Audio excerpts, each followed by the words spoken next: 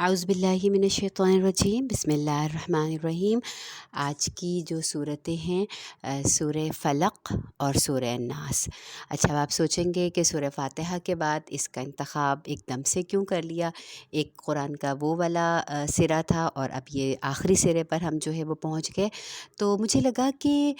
قرآن جو ہے وہ اس میں ہم نے پڑھا تھا نا سورہ فاتحہ میں، اہدنا الصراط المستقیم، اللہ تعالیٰ مجھے سیدھے راستے کی جو ہے وہ ہدایت عطا فرما۔ اور اکثر ظاہر ہے میرا ملنا جلنا سب لوگوں کے ساتھ رہتا ہے، تو اس میں نے مشاہدہ کیا کہ بہت سارے مسائل جن کا خواتین جو ہے وہ تذکرہ کرتی ہیں، اور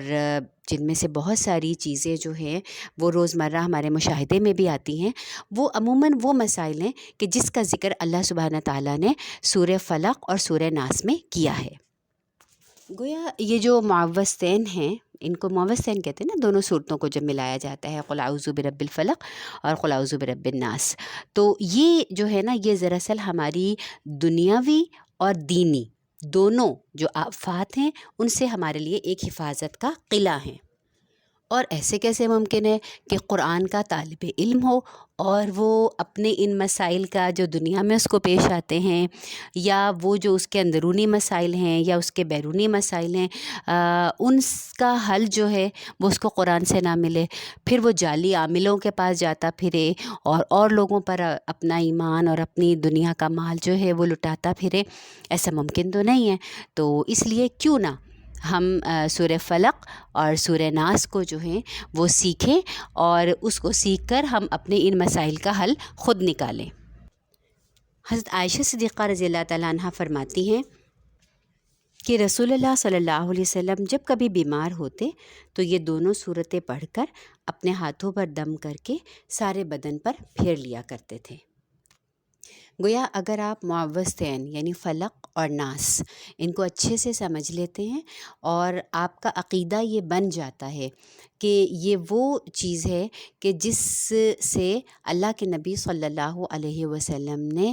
جو کٹر یہودی تھے ان کے جادو کا توڑ کیا تھا، اور ہر قسم کی جو بیماریاں ہیں، جو ظاہری ہیں، جو باطنی ہیں، جو مسائل ہیں، ان کا حل ان دو صورتوں میں موجود ہے، تو یقین جانیے آپ کی زندگی بہت آسان ہو جائے گی۔ میں انشاءاللہ تعالیٰ ان صورتوں کے مکمل کرنے کے بعد آپ سے اپنے ذاتی تجربات بھی جو ہے وہ شیئر کروں گی کہ مجھے کب کب کہاں کہاں اور کس طرح ان صورتوں نے زندگی میں جو ہے وہ فائدہ پہنچایا۔ تو چلیے سورہ فلق سے ہم شروع کرتے ہیں۔ قل اعوذ برب الفلق، کہہ دو کہ میں پناہ میں آیا صبح کے رب کی۔ اب یہاں اللہ کی صفت کیا آئی ہے؟ رب، ٹھیک ہے۔ رب کون ہوتا ہے؟ پالنے والا، ٹھیک ہے۔ اور ہمیں پتہ ہے ایک ہوتا ہے پیدائش کرنے والا اور ایک ہوتا ہے پالنے والا، ٹھیک ہے۔ اللہ تو دونوں ہی ہیں، پیدائش بھی کی اللہ تعالیٰ نے ہمیں، ہماری پیدا بھی کیا اللہ تعالیٰ نے، اور پیدا کرنے کے بعد اللہ پاک ہم سے غافل نہیں ہو گئے، بلکہ اللہ تعالیٰ ہماری ہر طرح کی ضرورت جو ہے اس کو بھی پورا کر رہے ہیں، اور ہر چیز سے حفاظت جو ہے وہ بھی کر رہے ہیں۔ جیسے ہم ہوتے ہیں، ہم اپنے بچوں کو، جو چھوٹے بچے ہوتے ہیں ان کو کھانا بھی جو ہے وہ کھلاتے ہیں، ان کے لیے گرمی سردی جو ہے اس سے حفاظت کا باعث بھی بنتے ہیں، اور ہر ایسی چیز جس سے ان کو کوئی نقصان پہنچ سکتا ہو اس سے بھی ہم اپنے بچوں کی جو ہے وہ حفاظت کرتے ہیں، جیسے کہ کہیں وہ جھولے سے نہ گر جائیں، کہیں وہ بستر سے جو ہے وہ نہ گر جائیں، ہے نا، اس چیز سے بھی ہم خیال کرتے ہیں۔ تو گویا صرف پیدا ہی نہیں کیا بلکہ اللہ کون ہے؟ وہ پالنے والا ہے۔ اور ایک بڑا یہاں پہ ایک باریک سی ایک بات ہے، سوچئے جب ہم نے تعوذ پڑھا تھا تو کیا پڑھا تھا؟ اعوذ باللہ من الشیطان الرجیم۔ یہاں شیطان رجیم کے ساتھ نا ڈائریکٹ جو ہے نا وہ ہماری جو ہے وہ حفاظت تھی، تو ہم نے کس کو پکارا تھا؟ اللہ کو پکارا تھا، اللہ کے ذاتی نام کے ساتھ جو ہے پکارا تھا۔ اب یہاں پر جو ہے نا آ رہا ہے رب کا نام۔ رب کون ہے؟ وہ پالنے والا ہے، ٹھیک ہے۔ اب چونکہ وہ پالنے والا ہے، وہ پیدا بھی کرنے والا ہے، تو اب اس کی جو پیدا کردہ چیزیں ہیں نا اس میں سے کچھ ایسی ہیں کہ جو ہمارے لیے فائدہ مند ہے، کچھ ایسی ہیں کہ جو ہمارے لیے نقصان دہ ہو سکتی ہیں، کچھ ایسی ہیں کہ جو فائدہ مند بھی ہیں کسی لحاظ سے، اور کسی لحاظ سے نقصان دہ بھی ہیں۔ مثال کے طور پر آگ ہے، آگ کا فائدہ بھی ہے ہمیں، لیکن وہی آگ جو ہے وہ ہمیں نقصان بھی پہنچا سکتی ہے۔ پانی ہے فائدہ مند ہے، لیکن وہی پانی جو ہے وہ ہماری جان بھی جو ہے وہ لے سکتا ہے، ہمارے گھر بار بھی جو ہے وہ بھی اس میں ڈوب سکتے ہیں، تباہی جو ہے اس سے آ سکتی ہے۔ تو وہ جو رب ہے، وہ جو پالنے والا ہے، ہم اس سے کہہ رہے ہیں اے میرے پالنے والے رب، میں تیری حفاظت میں آ گئی، میں تیری پناہ میں آ گئی، اے میرے وہ رب کہ جو صبحوں کا رب ہے، یعنی کہ جو پھاڑ کے، فلق ہوتا ہے پھاڑنے والا، پھاڑ کے جب صبح کو جو ہے وہ نکالتا ہے، یعنی کیسے اب اس جو ہے وہ رات کی تاریکی جو ہے وہ پھیل جاتی ہے، جب تاریکی پھیلتی ہے تو لگتا ہے کہ کبھی اس میں سے روشنی کی کرنیں بھی نکلیں گی، لیکن کیا ہوتا ہے کہ وہ پھٹتی ہے،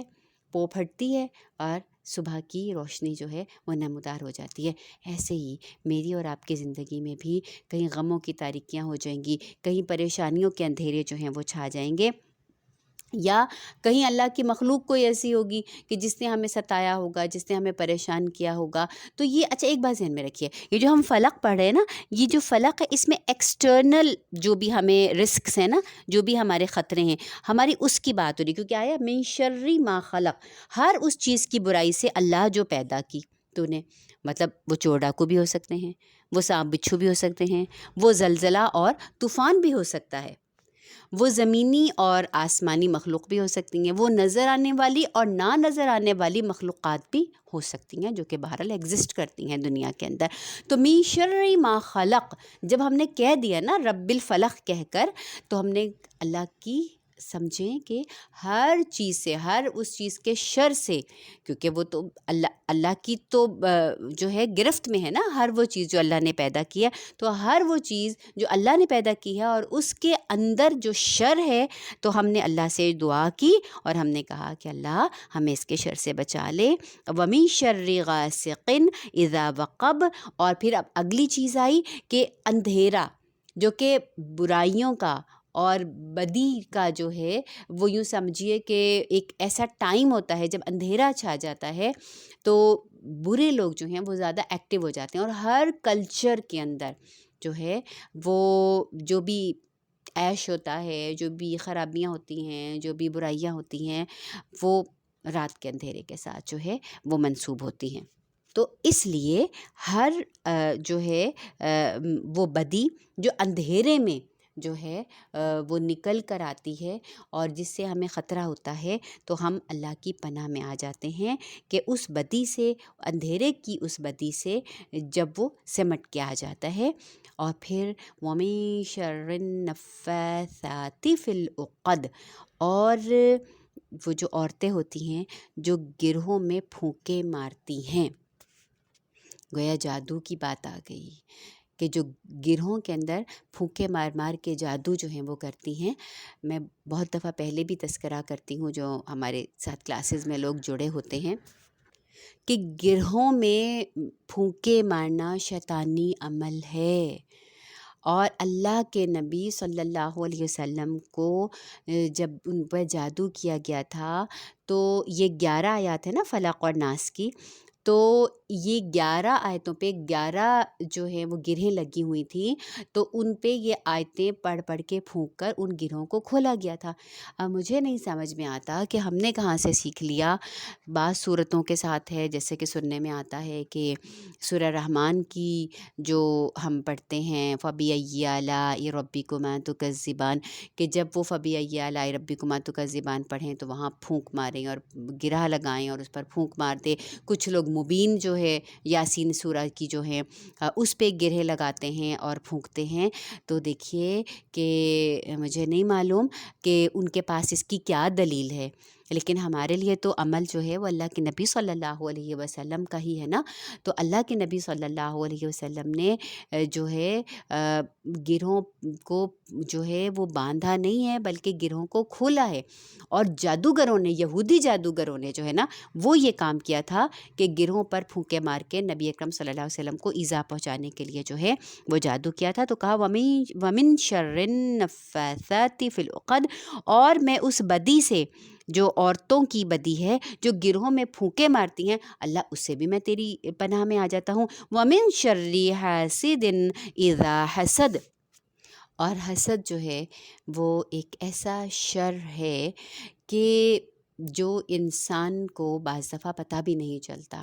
اور حسد کرنے والا جو ہے وہ اس کے ساتھ حسد کرتا ہے، وہ اپنی نظر لگاتا ہے، اور انسان جو ہے اس کے پاس جو نعمتیں ہوتی ہیں ان سے حسد کر کر جو ہے جیسا کہ بد نظری جو ہے وہ تو حق ہے، اس کے متعلق ہے، اور اللہ کے نبی صلی اللہ علیہ وسلم نے اس پہ دم بھی کیا ہے اور اس کا علاج بھی جو ہے بتایا ہے۔ تو اس ایک سورہ جس کی 5 آیتیں ہیں، تو آپ دیکھ لیجئے کہ اس میں ایک تو ان جرنل کہا کہ من شر ما خلق، اللہ جو کچھ بھی ہے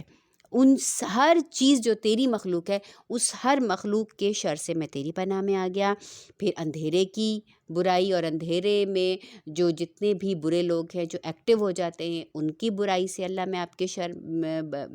سے بچ کے میں آپ کی پناہ میں آ گیا۔ پھر وہ جو جادو ٹونے کرنے والے ہیں وہ بھی اندھیری رات اور ان چیزوں کا انتظار کرتے ہیں، اجالے میں یہ کام نہیں کرتے، اور اس میں بھی گرہ پڑھ کے پھونکنے والیاں جو عورتیں ہیں ان کے شر سے بھی میں بچ گیا۔ اور پھر وہ حاسد جب وہ مجھ سے حسد کرنے لگے تو اللہ میں اس سے بھی بچ کر آپ کی پناہ میں آ گیا۔ تو جی اس طرح ہماری سورہ فلق جو ہے وہ مکمل ہوئی۔ آپ اس کے ایک ایک لفظ کو اچھی طرح پڑھیے، بلکہ جذب کیجیے اپنے اندر، اور انشاءاللہ تعالی ہم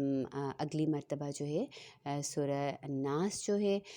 اس کا مطالعہ کریں گے، اور اس میں پھر میں آپ کے ذہن میں کچھ سوالات آتے ہوں گے کہ اللہ کے نبی صلی اللہ علیہ وسلم تو اللہ کی براہ راست حفاظت میں تھے، تو آخر جادو ہو کیسے گیا رسول اللہ صلی اللہ علیہ وسلم پر؟ تو اس پر بھی ہم انشاءاللہ تعالیٰ جو ہے وہ بات کریں گے کہ اللہ کے نبی صلی اللہ علیہ وسلم پر جادو کیوں ہو گیا، کس نے کروا دیا، کیسے ہو گیا، اور زندگی میں پیش آنے والے بہت سے ایسے واقعات جو ہمیں ڈراتے ہیں، جن کی توجیہ ہمیں جو ہے وہ نہیں کرنی آ رہی ہوتی، جو ہمیں سمجھ نہیں آ رہے ہوتے، انشاءاللہ تعالیٰ ان کی بھی ساری ڈیٹیلز جو ہیں وہ ہم سورہ الناس کو جب مکمل کریں گے تو اس کے ساتھ دیکھیں گے۔